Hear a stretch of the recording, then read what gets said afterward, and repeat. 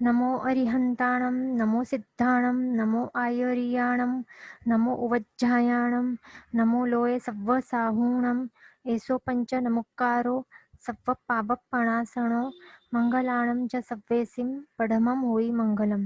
સંસારી જીવોના બે ભેદ થાય છે, ત્રસ અને સ્થાવર જીવો.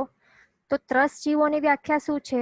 જેમના ત્રસ નામ કર્મની જે પુણ્ય પ્રકૃતિ છે, તો ત્રસ નામ કર્મ નામની જે પુણ્ય પ્રકૃતિ છે, તો એ ઉદયમાં હોવાને કારણે એમને ત્રસપણું પ્રાપ્ત થયેલું છે, બરાબર. અને એ ક્યાં રહેલા છે? આપણે જો 14 રાજલોકનો ફોટો આપણે જોઈશું, અહીંયા જો આ 14 રાજલોક છે, સેન્ટરમાં આપણને દેખાય છે એક પાઇપ છે, ત્રસનાળી કહેવાય છે. તો એ ત્રસનાળી કેટલી છે? હાઇટમાં 14 રાજ, લંબાઈ height wise and diameter wise કેટલી છે? 1 રાજ. ડાયામીટર આપણે આ વર્ડ શા માટે યુઝ કરીએ છીએ? કારણ કે આ તો માત્ર ફ્રન્ટ વ્યૂ છે. રિયલ 3D ઇમેજમાં જોઈએ તો જે પાઇપ હોય ને, તો પાઇપ જેવી આ નાળી છે, બરાબર. ત્રસ નાળી એને કહેવાય છે. તો આ ત્રસ જીવો છે, તો તે ક્યાં મળશે? એ માત્ર આ ત્રસ નાળીમાં જ મળશે. Means 14 Raj height and 1 રાજનું diameter, આટલા એરિયામાં જ એમની ઉત્પત્તિ થાય છે. ત્રસ જીવોની માત્ર આટલા એરિયામાં જ ઉત્પત્તિ થાય છે, અને એની બહાર આ જીવો જઈ પણ શકતા નથી. બહાર એમની ઉત્પત્તિ થતી જ નથી. અને આ જીવોને કયો નામ કર્મની કયા કર્મનું ઉદય છે? ત્રસ નામ કર્મનું ઉદય રહેલું છે. અને એના કારણે શું થાય છે? કઈ શક્તિ મળે છે એમને? એ પોતાની ઈચ્છાથી પ્રતિકૂળતાની જે પરિસ્થિતિ આવેલી હોય, તો એનાથી એ દૂર જઈ શકે છે, નાસી શકે છે, ભાગી શકે છે, દૂર જઈ શકે છે. અને જ્યાં અનુકૂળતાની પરિસ્થિતિ એમને જાણ થાય કે અહીંયા અનુકૂળતાની પરિસ્થિતિ પ્રાપ્ત થશે, તો એની તરફ એ સમીપ જઈ શકે છે. એટલે કે પોતાની ઈચ્છા મુજબ તે હાલી ચાલી શકે છે. તો એ કયા જીવો હોય છે? ત્રસ જીવો હોય છે, બરાબર. પોતાની ઈચ્છા મુજબ હાલી ચાલી શકનારા જીવને ત્રસ જીવો કહેવાય છે. હવે આપણે પણ હાલી ચાલી શકીએ છીએ પોતાના ઈચ્છા મુજબ, બરાબર. તો હવે આપણે પોતાની વાત જો કરીએ, આપણે હમણાં ત્રસ નામ કર્મનું ઉદય રહેલું છે. આ એક પુણ્ય પ્રકૃતિ છે, કારણ કે અહીંયા આપણને પોતાની ઈચ્છા મુજબ આપણે વર્તી શકીએ છીએ, એટલે આપણને આટલું પાવર મળ્યું છે. પણ એક વાત શાસ્ત્રકાર ભગવાન તો ખાસ સમજવા કહે છે, ધ્યાન રાખવા કહે છે, કે આ ત્રસપણું કોઈ પણ જીવને કેટલા ટાઈમ સુધી મેક્સિમમ પ્રાપ્ત થઈ શકે છે? તો તે છે 2000 સાગરોપમ. માત્ર 2000 સાગરોપમ સુધી આપણને આ ત્રસ નામ કર્મ ખપાવવા માટે, જો આટલા ટાઈમ આટલા ડ્યુરેશનમાં આપણે જો ખપાવી ન દઈએ ને, કેટલા ટાઈમ સુધી? 2000 સાગરોપમ નું જે ડ્યુરેશન છે, સમયનું ડ્યુરેશન છે, તો એની અંદર આપણે જો વિશેષ પુરુષાર્થ કરીને જો આપણે મોક્ષ પ્રાપ્ત નહીં કરી દીધું, આપણો વિકાસ નહીં કરી દીધું, બધા કર્મનો ક્ષય કરીને આપણે આ ત્રસ નામ કર્મને પણ ખપાવી નહીં દીધું ને, તો પછી નિયમમાં સ્થાવર કાયમાં જવું પડે છે, બરાબર. એટલે આ એક નિયમ છે. શાસ્ત્રકાર ભગવાન તો કહે છે આ નોટ ડાઉન કરવા, કે આ આપણને આ જે ત્રસપણું હમણાં મળ્યું છે, તો તે મેક્સિમમ કન્ટિન્યુઅસલી કેટલા ટાઈમ સુધી મળી શકશે? માત્ર 2000 સાગરોપમ સુધી જ. એટલામાં આપણે જો આપણું પોતાનું આત્મકલ્યાણ નહીં કરી દીધું ને, તો પછી કર્મસત્તા આપણે ક્યાં ફેંકી દેશે? તો તે સ્થાવર કાયમાં ત્યાં આપણને જવું પડશે. એટલે આપણને હવે જાગૃત થવાનું છે. હવે બીજા છે સ્થાવર જીવો. તો હવે સ્થાવર જીવો વિશે આપણે જાણીએ. એક તો ત્રસ અને બીજા સ્થાવર. ત્રસ જીવો વિશે આપણે જોયું. હવે સ્થાવર જીવોમાં એ ક્યાં ઉપલબ્ધ છે? તો આ 14 લોક જે છે ને, 14 રાજલોક, તે સંપૂર્ણ સમસ્ત 14 રાજલોકમાં આ સ્થાવર જીવો એ ઠાંસીને ભરાયેલા છે. માત્ર ત્રસનાળી નહીં, બટ ત્રસનાળીની અંદર અને એની બહાર પણ આખા 14 રાજલોકની અંદર એ ઠાંસીને ભરાયેલા છે. પણ 14 રાજલોકની બહાર એકે જીવ નથી. તે ખાસ ધ્યાન રાખવાનું. આ સ્થાવર જીવોના કેટલા ભેદ છે? 5 ભેદ છે. પૃથ્વીકાય, અપકાય, તેવુકાય, વાવુકાય અને વનસ્પતિકાય. આ 5 ભેદ છે સ્થાવર જીવોના. અને એમને સ્થાવરપણું શા માટે મળ્યું છે?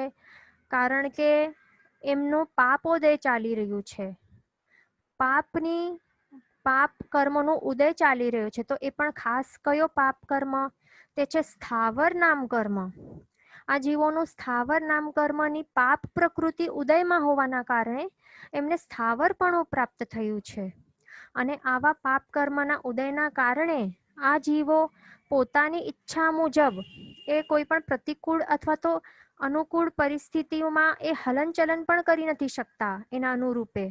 એટલે પ્રતિકૂળ પરિસ્થિતિ આવે તો ત્યાંથી નાસી પણ જઈ નથી શકતા, અને અનુકૂળ પરિસ્થિતિ કંઈક એમને લાગે કે અહીંયા હશે તો ત્યાં એ જઈ પણ નથી શકતા. એટલે પોતાની ઈચ્છા મુજબ એ હાલી ચાલી નથી શકતા.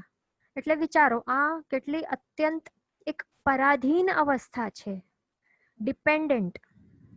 આ એક દુઃખમય અને પરાધીન અવસ્થા છે કે જ્યાં એમને અવ્યક્ત થઈને પીડા ભોગવવી પડે છે. એટલે તેમને જે પીડા થાય છે તો તે એ વ્યક્ત પણ નથી કરી શકતા. આટલી એકદમ દુઃખમય અવસ્થા છે એમની. તો ભલે આપણે જોઈએ કે ભલે હવે પૃથ્વી કાયમાં આપણે જોઈએ તો સચિત એવો જે સોલ્ટ હોય ને, સોલ્ટના ક્રિસ્ટલ્સ, એને આપણે તવા ઉપર જો એને શેકવા માટે આપણે મૂકીએ, તવા ઉપર રોસ્ટ કરવા માટે, તો ત્યારે એમને શું થાય? સચિત એવા સોલ્ટના ક્રિસ્ટલ્સને, એ જીવોને શું થાય? એને ભયંકર વેદના થાય છે. અને તેમની ઈચ્છા થાય છે કે ત્યાંથી હું ભાગી જાઉં, એ તવા ઉપરથી ભાગી જાઉં. બરાબર? આટલી ઈચ્છા રહેવા છતાં પણ એ તવા ઉપરથી ભાગી નથી શકતા. એમને એ તાપ જે છે તો તે સહન કરવું જ પડે છે. પછી આપણે જો અપકાયનું વિચારીએ તો અપકાયમાં સમજો કે કાચું પાણી, સચિત પાણી, તો એ કાચા પાણીથી એટલે સચિત પાણીથી ભરેલા ટબ હોય ને, તો ટબમાં બેસીને એ આપણે જો છપછપિયા કરીએ તો ત્યારે એ જીવોને, એ પાણીના જીવોને અસહ્ય વેદના થાય છે. એમની ઈચ્છા ત્યારે હોય છે કે આ પ્રતિકૂળ પરિસ્થિતિથી હું નાસી જાઉં, આ ટબથી બહાર જઈને ચાલ્યો જાઉં, છતાં પણ એ પોતાની ઈચ્છાથી એ તેઓ ટબથી બહાર નીકળીને ભાગી શકતા નથી. એ પરિસ્થિતિથી એ દૂર જઈ નથી શકતા. પછી ભલે જો સમજો કે સ્લોપ ડિફરન્સ હોય, એટલે લેવલ ડિફરન્સ હોય, તો એના કારણે પાણીના જીવો એક સરકીને ખાડામાં એ ભલે ભરાઈ જાય, ફ્લો કરીને એ ભરાઈ જાય, પણ એમને ત્રસજીવ નહીં કહી શકીએ આપણે, કારણ કે તેઓ પોતાની ઈચ્છાથી ત્યાં ખાડામાં જઈને પૂરાયા નથી. માત્ર લેવલ ડિફરન્સના કારણે એ ત્યાંથી એ ફ્લો થઈ ગયા છે. એટલે તેમને સ્થાવર જીવ કહેવાય છે. પછી તેવુંકાયના જીવોનો વિશે વિચારીએ તો લાઇટ વગેરે આપણે યુઝ કરીએ કે અથવા તો અગ્નિની ઉત્પત્તિ કરી, અગ્નિના જીવોની આપણે ઉત્પત્તિ કરીએ, તો ત્યારે એમને ઘણી જ વેદના થતી હોય છે. પણ છતાં તે સિચ્યુએશનથી ભાગી નથી શકતા, ભલે કેટલી પણ ઈચ્છા હોય.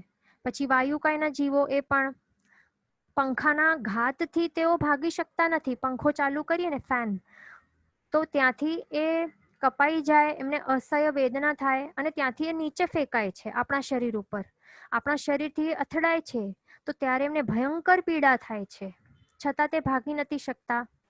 પછી ફટાકડા પણ ફોડતા હોય જે લોકો, ત્યારે પણ વાયુકાયના જીવોને ભયંકર વેદના થાય છે, બળી જાય છે. બરાબર?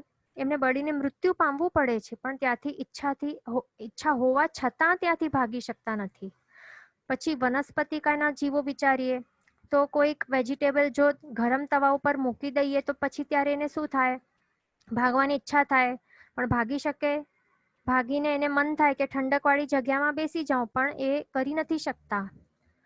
એટલે જ આ જે 5 પ્રકારના જે જીવો છે, તો તે 5 પ્રકારના જીવોને શું કહેવાય? સ્થાવર જીવો કહેવાય છે. તો આ બધા જીવો ભાગી નથી શકતા, એના કારણે જ તો આપણે આપણા સ્વાર્થ માટે એમને વાપરી રહ્યા છીએ. બરાબર ને? આ વિચારવા જેવો વિષય છે. આપણે શા માટે બેઇન્દ્રિય, તેન્દ્રિય, ચૌરેન્દ્રિય, પંચેન્દ્રિય બીજા જીવોને આટલા પ્રમાણમાં આપણા સ્વાર્થ માટે વાપરી નથી રહ્યા? કારણ કે તેઓ ભાગી જશે. પણ આ જે બિચારા જે સ્થાવરકાયના જે જીવો છે, આ 5 પ્રકારના, એ લોકો તો વ્યક્ત પણ નથી કરી શકતા પોતાની વેદનાને, અને ભાગી પણ નથી શકતા. બરાબર ને? એટલા જ માટે તો આપણે એમની હિંસા કરીએ છીએ, અને એમની હિંસા કરીને આપણે પોતે જીવી રહ્યા છીએ. એટલે આપણે કેટલા લેવલના સ્વાર્થી જીવો કહેવાઈએ. બરાબર ને? આવા પરાધીન નિર્બળ જીવોની હત્યા કરીને આપણે જીવી રહ્યા છે. એટલે આપણને માંગવું શું જોઈએ કે ક્યારે હું આ પાપમય સંસાર છોડી શ્રમણ હું ક્યારે બનું. તો આપણે આખા વિશ્વમાં જે પણ વસ્તુઓ આપણને દેખાય છે તો તે બધી વસ્તુઓ શું છે? તે બધી જ વસ્તુઓ એટલે કે જળ જે છે જેમાં જીવ નથી તો તે બધા પૂતગલો છે. અને તે શાનાથી બનેલા છે? જીવોની હિંસા કરીને જ તેમના શરીર રૂપી જે પૂતગલ છે તો એમાંથી જે બધી વસ્તુઓ બનાવેલી છે. પછી કોઈ પણ વસ્તુનું એક્ઝામ્પલ લેવામાં આવે તો દરેક વસ્તુઓમાં જીવોના શરીરમાંથી જે બનેલા છે. દરેક વસ્તુઓ કોઈ પણ એક્ઝામ્પલ લઈએ તો એ બધા જ જીવોના શરીર રૂપી પૂતગલથી જ બનેલા છે. બરાબર. પ્લાસ્ટિક પણ કોઈ પૂછે તો પ્લાસ્ટિક શું છે? તો એ પણ જીવોના શરીરથી જ બનેલું એ પૂતગલ છે. એટલે દરેક ચીજો જે પણ છે, વસ્તુઓ જે પણ રૂપી દેખાય તો તે બધા પૂતગલો છે અને તે જીવોના શરીરમાંથી બનેલા છે. તો હવે આપણે બીજા શબ્દોમાં એ પણ કહી શકીએ અને આ સંસારી જીવો માટે કે સૃષ્ટિમાં બે વસ્તુઓ છે, એક તો સચિત્ત વસ્તુઓ અને બીજી છે અચિત્ત. બરાબર. આવી રીતે પણ આપણે ક્લાસિફિકેશન કરી શકીએ. એટલે જે જીવ સહિત એટલે કે આત્મા સહિતના શરીર વાળા છે જીવો તો તેને સચિત્ત કહેવાય. અને અચિત એટલે શું? કે જે જીવ વગરના જે પણ પૂતગલો છે જેની અંદર આત્મા રહેલું નથી તો તે પૂતગલોને અચિત કહેવાય છે અથવા તો જડ કે અજીવ. બરાબર. હવે આ 5 સ્થાવરો છે તો 5 સ્થાવરોની વાત કરીએ તો આ 5 સ્થાવરો એમને કેટલી ઇન્દ્રિયો હોય છે? માત્ર એક જ ઇન્દ્રિય હોય છે. અને તે કઈ ઇન્દ્રિય છે? તે છે સ્પર્શનેન્દ્રિય. સ્પર્શનેન્દ્રિય માત્ર એક જ ઇન્દ્રિય એમને પ્રાપ્ત થઈ છે. એનું મિનિંગ શું છે કે બીજા છે રસનેન્દ્રિય, ઘ્રાણેન્દ્રિય, ચક્ષુરેન્દ્રિય અને શ્રોતેન્દ્રિય. બાકી આ શક્તિઓ એમને મળી નથી. બરાબર. એટલે કે જીભ, નાક, કાન, આંખ એમને ન હોય, માત્ર એમને સ્પર્શનેન્દ્રિય એક જ શક્તિ મળેલી છે. તો એના કારણે આ 5 સ્થાવરો છે એમને એકેન્દ્રિય જીવો પણ કહેવાય છે. બરાબર. આ 5 સ્થાવરોને બીજા વર્ડ્સમાં આપણે જો બીજો વર્ડ જો યુઝ કરવાનો હોય પૃથ્વી આપકા તેવકા બાવકા વનસ્પતિકાય તો એમને શું કહી શકાય? એકેન્દ્રિય જીવો. તો પૃથ્વીકાય એટલે શું? આપણે આ વર્ડ યુઝ કરીએ છીએ પૃથ્વીકાય. બરાબર. તો હવે એનું મિનિંગ શું થાય છે? એટલે કે જીવની જે કાયા એટલે કે શરીર તો તે પૃથ્વી રૂપ છે એમનું. એટલે એમનું જે શરીર છે શરીરનું જે એટલે જે તે પૃથ્વી રૂપ છે તો એમને પૃથ્વીકાય કહેવાય છે. એટલે અહીંયા કાય આ વર્ડ છે ને તો કાય આ વર્ડનો મિનિંગ શું થાય છે? શરીર થાય છે. અને આ કાય વર્ડ છે એનું બીજું પણ મિનિંગ થાય છે. કાય આ વર્ડનું બીજો મિનિંગ થાય છે સમૂહ. ફર્સ્ટ મિનિંગ છે શરીર, બીજું મિનિંગ છે સમૂહ. બરાબર. એટલે ફર્સ્ટ ડેફિનેશન શું કરી પૃથ્વીકાય જીવોની કે જે જીવોની કાયા એટલે કે શરીર તે પૃથ્વી રૂપ હોય તો તેમને પૃથ્વીકાય જીવ કહેવાય. અને બીજી વ્યાખ્યા છે કે પૃથ્વીરૂપ શરીરમાં રહેલા જીવોના સમૂહને પૃથ્વીકાય કહેવાય છે.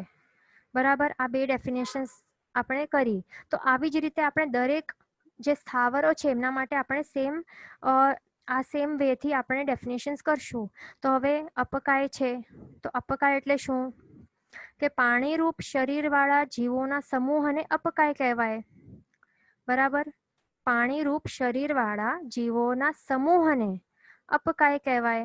પછી તેવું કાય અગ્નિરૂપ શરીરવાળા જીવોના સમૂહને તેવું કાય કહેવાય. વાયુકાય તો વાયુકાય એટલે વાયુરૂપ શરીરવાળા જીવોના સમૂહને વાયુકાય જીવો કહેવાય. પછી વનસ્પતિકાય તો વનસ્પતિકાય રૂપ શરીરવાળા જીવોના સમૂહને વનસ્પતિકાય જીવો કહેવાય. બરાબર. આ થયા 5 સ્થાવર. હવે આગળ છે આપણે 5 સ્થાવર જોઈ લીધા. બીજા છે ત્રસ જીવો તો એને ત્રસકાય પણ કહેવાય છે. તો ત્રસકાય એમ પણ કહેવાય છે. તો એનું ડેફિનેશન શું થાય છે? એવી જ રીતે સેમ ત્રસરૂપ શરીરવાળા જીવોના સમૂહને ત્રસકાય જીવો કહેવાય છે. અને આપણે ઘણી વખત સાંભળ્યું હશે કે 6 કાય જીવોની રક્ષા કરો, 6 કાય જીવોની રક્ષા કરો. બરાબર ને?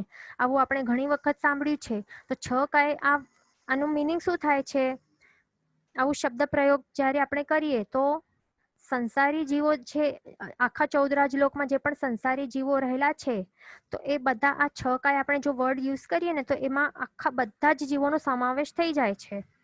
બરાબર. સંસારી જીવોમાં 6 કાય એટલે જે આ 5 સ્થાવર છે તે, અને ત્રસકાય. બરાબર. પૃથ્વી કાય, તેવકાય, વાવકાય, વનસ્પતિકાય અને ત્રસકાય, આ 6 કાય એની અંદર આવી જાય છે. તો હવે આ કેટલા છે, પ્રમાણ કેટલા છે, ક્વોન્ટિટી કેટલી છે આ જીવોની? તો આ 5 સ્થાવર જીવો છે ને, 5 સ્થાવર જીવો છે, તો 5 સ્થાવર જીવોમાંથી વનસ્પતિકાયના જીવો છે ને, તો તે અનંતા છે. માત્ર વનસ્પતિકા જીવોના કેટલા છે, ક્વોન્ટિટી અનંત છે, પણ બાકીના જે પણ છે તો તે દરેક અસંખ્ય અસંખ્ય અસંખ્ય છે. એટલે પૃથ્વીકાય કેટલા છે? અસંખ્ય. અપકાય છે અસંખ્ય. તેવુકાય છે અસંખ્ય. વાયુકાય છે અસંખ્ય. વાયુકાય પણ કહેવાય ને વાયુકાય પણ કહેવાય. પછી ત્રસકાય કેટલા છે? તે પણ અસંખ્ય છે. પણ વનસ્પતિકાય માત્ર કેટલા છે? અનંતા છે. તો હવે સિદ્ધ ભગવંતો કેટલા છે? આ તો સંસારી જીવો વિશે આપણે જોયું કેટલા ક્વોન્ટિટીમાં છે, પણ સિદ્ધ ભગવંતો કેટલા છે? તે અનંતા છે. બરાબર. એટલે મુક્ત જીવો અનંતા છે અને વનસ્પતિકા જીવો અનંતા છે. બાકીના જીવો અસંખ્ય અસંખ્ય અસંખ્ય છે. એટલે ટોટલ જો કરવામાં આવે તો કુલ જીવો ટોટલ કેટલા છે? અનંતા છે. આ 14 રાજલોકમાં જીવો ટોટલ અનંતા છે. હવે આપણે આ 5 સ્થાવરો છે તો એમને ક્રમસર જોઈશું. તો એટલે આપણે હવે ત્રીજી ગાથા અને ચોથી ગાથા બંને ગાથા ગ્રહણ કરશું. ફલીહ મણિરયણ વિદ્ધુમ હિંગુલ હરિયાલ મણશીલ રસિંદા કણઘાઈ ધાઉસેઢી વન્નીય અરણેટ્ટય પલેવા. બરાબર. આ ત્રીજી ગાથા અને ચોથી ગાથા પણ આપણે લઈ લઈએ. અભય તુરી ઉસમ મટ્ટી પહાણ જાયો ણેઘા સોવી રંજણ લુણાઈ પુઢવી ભેયાઈ ઈચ્છાઈ. તો હવે આનું મિનિંગ શું થાય છે? અહીંયા નીચે દેખાય છે આપણને. પૃથ્વી રૂપે જીવો. તો આ બધા જે છે તે આપણે એક એક કરીને આપણે જોઈશું. બરાબર. તો આ પૃથ્વીકાય જીવોના આ બધા ભેદો આપણે જોયા 3rd અને 4th ગાથાની અંદર. એટલે કે સ્થાવર નામકર્મના ઉદયથી આ પૃથ્વી રૂપી જે જીવો છે, પૃથ્વીકાયના જીવો છે, એમને કેવો શરીર મળ્યો છે? પૃથ્વી રૂપી એમને કાયા પ્રાપ્ત થઈ છે. બરાબર. પણ આ પૃથ્વી રૂપી કાયા ભલે એમને પ્રાપ્ત થઈ છે, પણ અંદર એમનું આત્મા કેવું છે? સત્તાએ તો એ સિદ્ધ સ્વરૂપી જ આત્મા છે. બરાબર. એટલે કે પૃથ્વીકાય રૂપી કાયામાં સત્તાએ સિદ્ધ રૂપી આત્મા એ પુરાયેલો છે. હવે આપણે આ પૃથ્વીકાય જીવોના પ્રકારો જોઈએ. એટલે એમના કેવા કેવા અલગ અલગ પ્રકારના એમને શરીરો મળ્યા છે. તો ફર્સ્ટ છે સ્ફટિક. તો આપણે આ ફોટોઝ દ્વારા આપણે જોઈશું. તો સ્ફટિક એટલે શું હોય? આપણે ફર્સ્ટ વર્ડ જે 3rd ગાથા છે એમાં ફર્સ્ટ વર્ડ છે ફલીહ. એનું મિનિંગ છે સ્ફટિક. એટલે કે એ ટ્રાન્સપરન્ટ અને પારદર્શક દેખાય છે એવો એક એક્સપેન્સિવ પથ્થર હોય છે.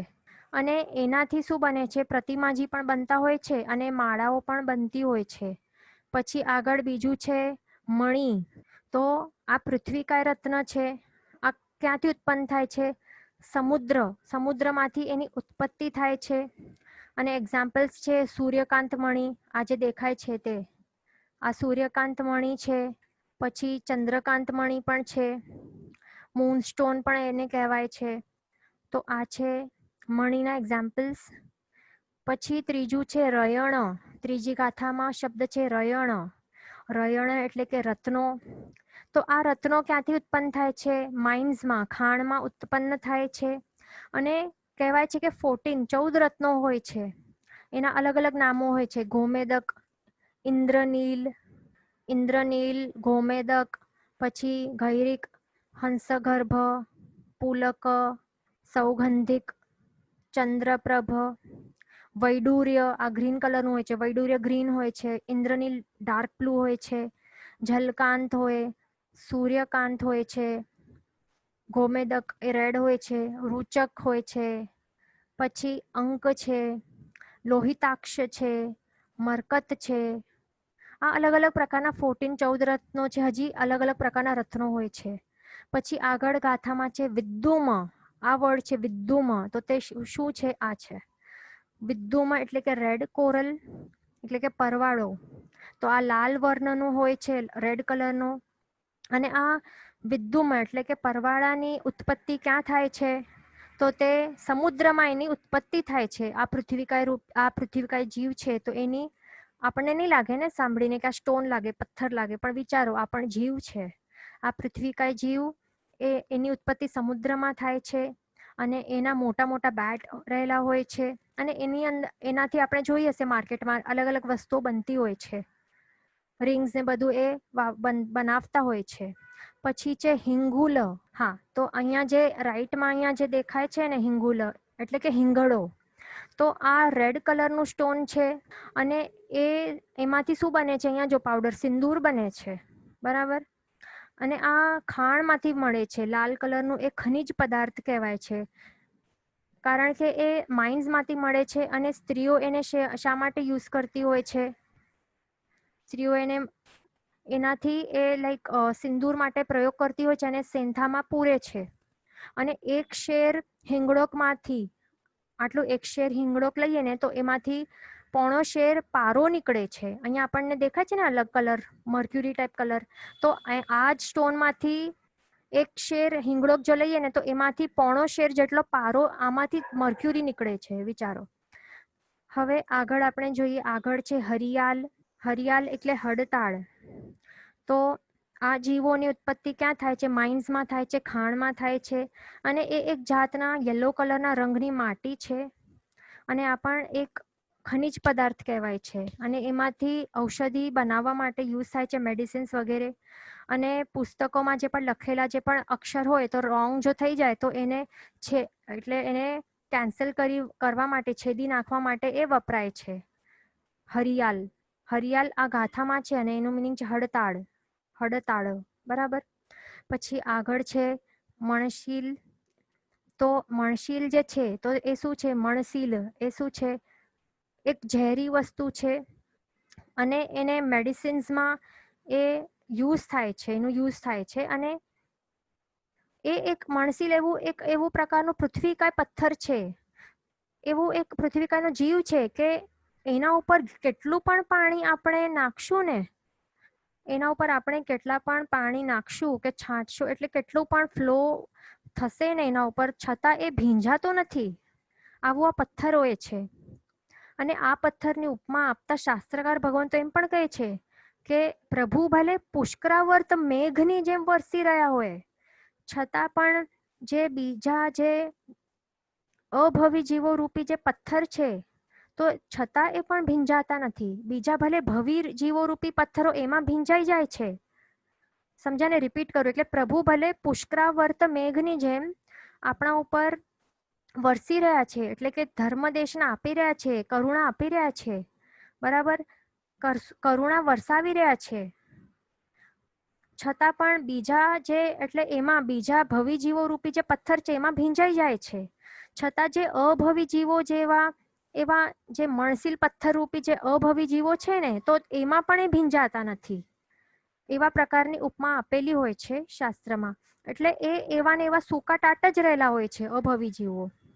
એટલે કે એમના ઉપર પ્રભુની જે વાણી છે, વાણીનું બિલકુલ પણ અસર થતો નથી, કારણ કે એની અંદર યોગ્યતા જ રહેલી નથી ભીંજવવાની. તો આવું છે આ મણસીલ પથ્થર.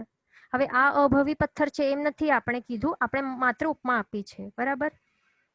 હવે આગળ છે રસિંદા. તો રસિંદા એટલે શું છે? રસિંદા એટલે કે પારો છે. તો પારો એટલે કે મર્ક્યુરી, તો તે વ્હાઇટ કલરનું છે. અને અનાજની કોઠીઓમાં એ રખાય છે અને ઔષધિમાં પણ એનો વપરાશ થાય છે. પછી આગળ આપણે જોઈએ, આગળ છે કણઘાઈ ધાઉ.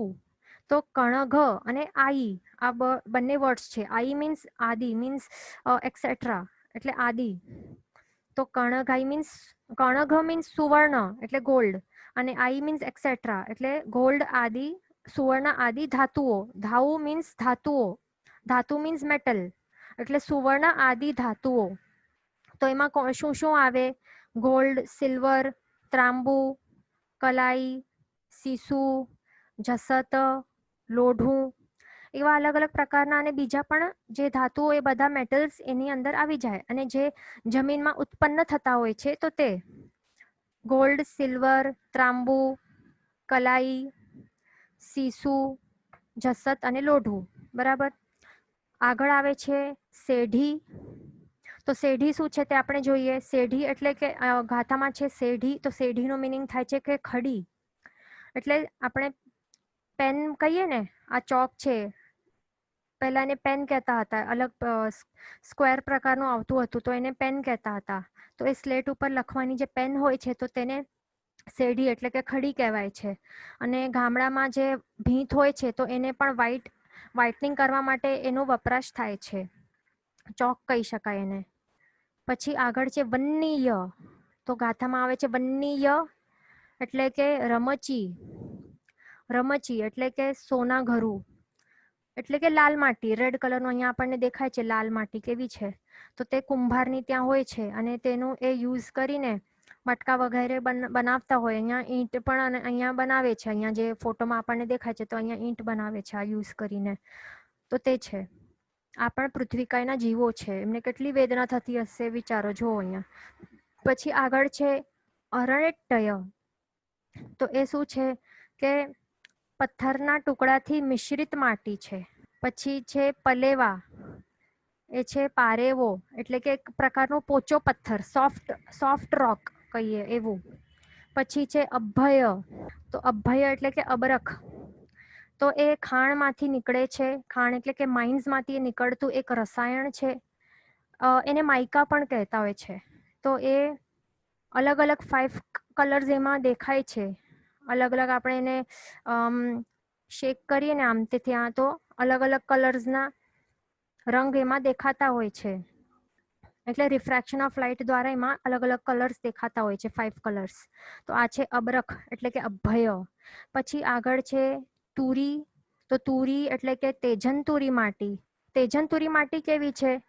એક એવા પ્રકારની માટી છે કે જો લોઢાના રસમાં, એટલે કે પીગળેલો આયન હોય ને લોઢાના રસમાં જો એને મિક્સ કરવામાં આવે ને અમુક પ્રક્રિયા કરીને, તો એ લોઢું જે છે ને આયન, તો તે પણ સુવર્ણ બની જાય છે. આવી એક આ તેજંતુરી માટી હોય છે. એમાં આવી તાકાત હોય છે. તો આ પણ પૃથ્વીકાયના જીવો છે. પછી આગળ છે ઉસમ. ઉસમ એટલે કે ખારો. હા, ઉસમ એટલે કે ખારો એટલે કે પાપડ ખાર. આપણને ખ્યાલ છે પાપડ ખાર હોય છે. અહીંયા જે દેખાય છે તે પાપડ ખાર છે. પછી સોજી ખાર, નવસાર, જવ ખાર વગેરે જે પણ એક અનેક જાતના ખારો હોય છે તો તે ઉસમ એટલે કે ખારો એની અંદર આવી જાય છે. પછી આગળ આવે છે મટ્ટી. ગાથામાં આવે શું છે? મટ્ટી આવે છે. એનું મિનિંગ શું થાય છે? માટી. તો અહીંયા આપણે એક જ કલરની માટી આપણે અહીંયા જોઈ રહ્યા છે. તો આ વ્હાઈટ કલરની માટી છે. તો માટી એમ 5 કલર્સની હોય છે. 5 વર્ણની માટી. એ ક્યાં ક્યાં 5 વર્ણ છે? તો કાળી માટી, બ્લેક કલરની આપણને ખ્યાલ હશે. કાળી માટી જોઈ હશે ગામડાઓમાં. કચ્છમાં જોયું હશે આપણે કે ગુજરાત. અને નેચર ક્યોર વાળા પણ જે પણ પ્રેક્ટિસ કરતા હોય ને, નેચરોથેરાપિસ્ટ, એમને ખ્યાલ હશે. એ લોકો પણ કાળી મટ્ટીનો ઉપયોગ કરતા હોય છે ક્યોર કરવા માટે શરીરના રોગો. તો એ કાળી માટી હોય. પછી એક ધોળી માટી હોય. અહીંયા આપણને ફોટોમાં દેખાય છે એક વ્હાઈટ કલરની. અહીંયા ધોળી માટી છે. લાલ માટીનો આપણે આગળ ફોટો જોયું તે. પછી ભૂખરી માટી હોય છે એટલે બ્લુઇશ કલરની. તો આવી કલરની માટી હોય છે. બરાબર. અને પછી પીળી માટી એટલે કે યલો કલરની. આ 5 વર્ણની માટીઓ મળતી હોય છે. બરાબર. કાળી, ધોળી, લાલ, ભૂખરી અને પીળી. આ 5 માટીઓ. અને એ પણ 2 પ્રકારની હોય છે આ 5 એક તો ચીકણી હોય અને બીજી હોય છે ખરબચડી. ચીકણી અને ખરબચડી આ 2 પ્રકારની માટીઓ હોય. અને એમાં પણ આ 5 કલર્સના 5 વર્ણવાળી આ માટીઓ હોય છે. એટલે એ તો આપણે માત્ર એક્ઝામ્પલ માટે 5 કહ્યું છે, પણ ઘણી અલગ અલગ જાતની માટીઓ આ 14 લોકની અંદર પ્રાપ્ત થાય છે. બરાબર. પછી આગળ છે પહાણ. ગાથામાં આવે છે પહાણ. પહાણ એટલે કે પથ્થર. એટલે કે અનેક પ્રકારના જે પાષાણ હોય છે. પાષાણ એટલે કે પથ્થરો. જેમ કે એક્ઝામ્પલ માટે અહીંયા આપણે જોઈ રહ્યા છીએ માર્બલ, આરસ. તો એ અલગ અલગ હોય છે. અલગ અલગ પ્રકારના પથ્થરો હોય છે. કોઈક ધોળા હોય, કોઈક કાળા હોય, કોઈ ભૂખરવા હોય, અકીક હોય છે, પછી ચિલોડી, મગશીલ, પછી લાલ, પીળા, અલગ અલગ કલર્સના ચીકણી પણ હોય, બરખડ હોય. એટલે અલગ અલગ પ્રકારના પથ્થરો જે ખાણમાંથી નીકળે છે તો તે બધાનો સમાવેશ આ પહાણમાં થઈ જાય છે. પછી આગળ આવે છે સોવી રંજણ. ગાથામાં છે સોવી રંજણ એટલે કે સૌવિરંજન. એનું મિનિંગ શું થાય છે કે જે આંખમાં આંજવાનો જે સુરમો હોય કે અંજન હોય છે તો તેને સૌવિરંજન કહેવાય છે. એમાં પણ બે કલર્સ હોય છે, ધોળો પણ હોય છે અને કાળો પણ હોય છે. એટલે વ્હાઈટ એન્ડ બ્લેક બંને કલર્સના હોય છે સુરમાં. અંજન એને સોવીર પણ કહેવાય છે. શું કહેવાય છે? સોવીર. આ શું છે? સોવિરંજન એટલે કે સૌવિરંજન એટલે કે આંખમાં આંજવાનો જે સુરમો, અંજન, તો એ આવે છે એની અંદર. અને બે કલર્સના વ્હાઈટ અને બ્લેક, એને સોવીર પણ કહેવાય છે. પછી આગળ આવે છે લૂણ. તો લૂણ એટલે કે મીઠું. અહીંયા આપણને આ ફોટોમાં દેખાય છે તો એ અલગ અલગ પ્રકારના મીઠા છે એટલે કે સોલ્ટ્સ છે. અલગ અલગ પ્રકારના સોલ્ટ્સ છે. તો એમાં શું શું આવે છે? વડાઘરું, ઘસીયું, સિંધવ, બીડ લવણ, કાચ લવણ, એ બધા આવી જાય છે. અને આ શબ્દમાં આવે છે લૂણાઈ એટલે લૂણ, આઈ એટલે લૂણ, અને આદિ એટલે કે ઇત્યાદિ મીન્સ એક્સેટ્રા. અને લુણાઈ કહીને શું કહે છે? આઈ એટલે કે આદિ એટલે કે એક્સેટ્રા. તો આપણે આટલા સુધી જે પણ અલગ અલગ 19 પ્રકારના જે પૃથ્વીકાયના જીવો આપણે જોયા, તો એના સિવાય પણ બીજા ઘણા પણ આ કક્ષામાં સમાઈ જાય છે. પૃથ્વીકાય જીવોની કક્ષામાં આદિ આ શબ્દ જ સૂચવે છે કે આ તો છે જ, પણ હજી એક્સ્ટ્રા એક્સેટ્રા બીજા પણ ઘણા પૃથ્વીકાયના જીવોનો સમાવેશ આ કક્ષામાં થઈ શકે છે. હજી અલગ પ્રકારે પણ પૃથ્વીકા જીવોના ભેદ કરી શકીએ છીએ. એના માટે આપણે ચૌદરાજ લોકનું આપણે ફોટો જોઈશું. તો એની અંદર ચૌદરાજ લોક જે છે તો એની અંદર એ જોઈએ તો એની અંદર કેટલી પૃથ્વીઓ છે? જો આખો પિક્ચર આપણે જોઈએ ચૌદરાજ લોકનું તો એમાં 8 પૃથ્વીઓ આપણને દેખાય છે. બરાબર ને? કેટલી થાય છે આપણે પોતે પણ કાઉન્ટ કરી શકીએ છીએ. તો એમાં 7 નરક પૃથ્વી તો છે. બરાબર ને? એ ડિસ્ટિંક્ટલી દેખાય છે. 7 નરક પૃથ્વીઓ છે. અને 8મી પૃથ્વી કઈ છે? તો તે છે સિદ્ધશિલા નામની પૃથ્વી. બરાબર? 8 પૃથ્વીઓ આ નરક પૃથ્વીઓ અને 8મી પૃથ્વી છે સિદ્ધશિલા નામની પૃથ્વી. તો આ 8 પૃથ્વીઓ ક્લિયરલી આવી રીતે પણ એનું ડિવિઝન કે ક્લાસિફિકેશન થઈ શકે છે. વાય નોટ તિરછાલોક પૃથ્વી? અહીંયા ક્વેશ્ચન આવેલું છે. તો અહીંયા આપણે જે જોઈને આ ક્લાસિફિકેશન જે આપણે કહી કે 7 નરક પૃથ્વી આવે છે અને 8મી પૃથ્વી છે સિદ્ધશિલા. તો હવે અહીંયા એક ઇન્ટરેસ્ટિંગ વાત છે કે આપણે ક્યાં રહી, એમનું ક્વેશ્ચન શું છે કે વાય નોટ તિરછાલોક પૃથ્વી? તો તિરછાલોક પૃથ્વી જે છે તો તે અહીંયા આ છે. બરાબર ને?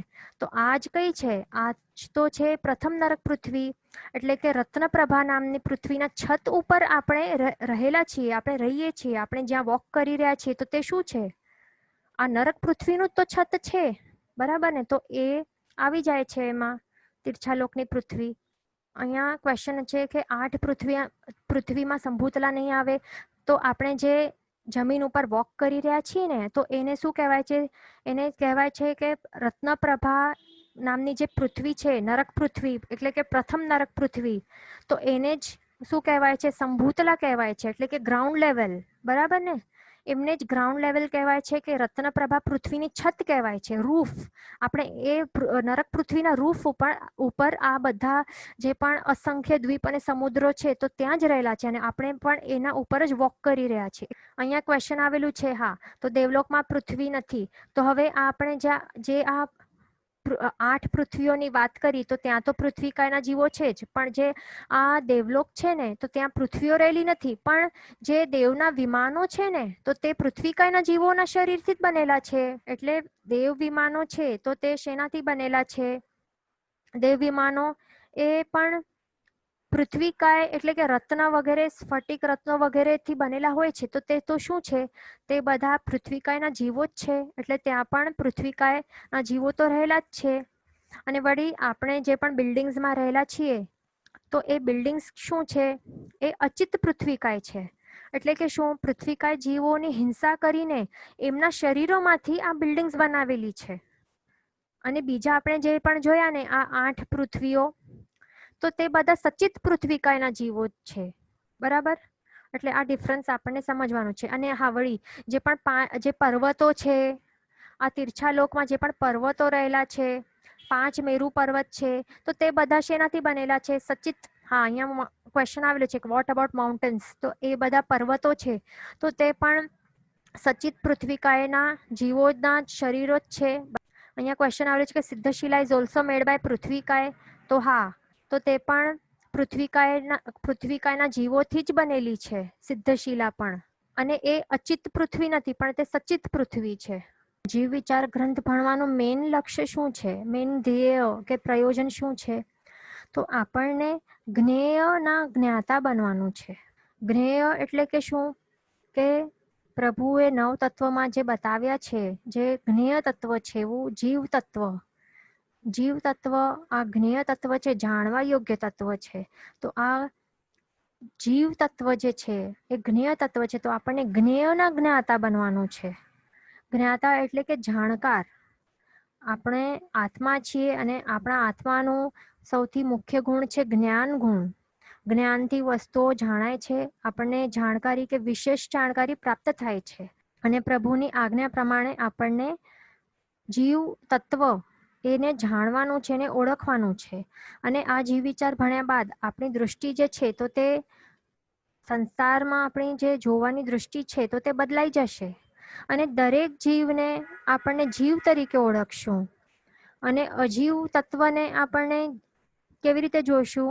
અજીવ જે દ્રવ્ય છે, અજીવ તત્વો છે, તો એને જોવાની પણ દૃષ્ટિ આપણી બદલાઈ જશે.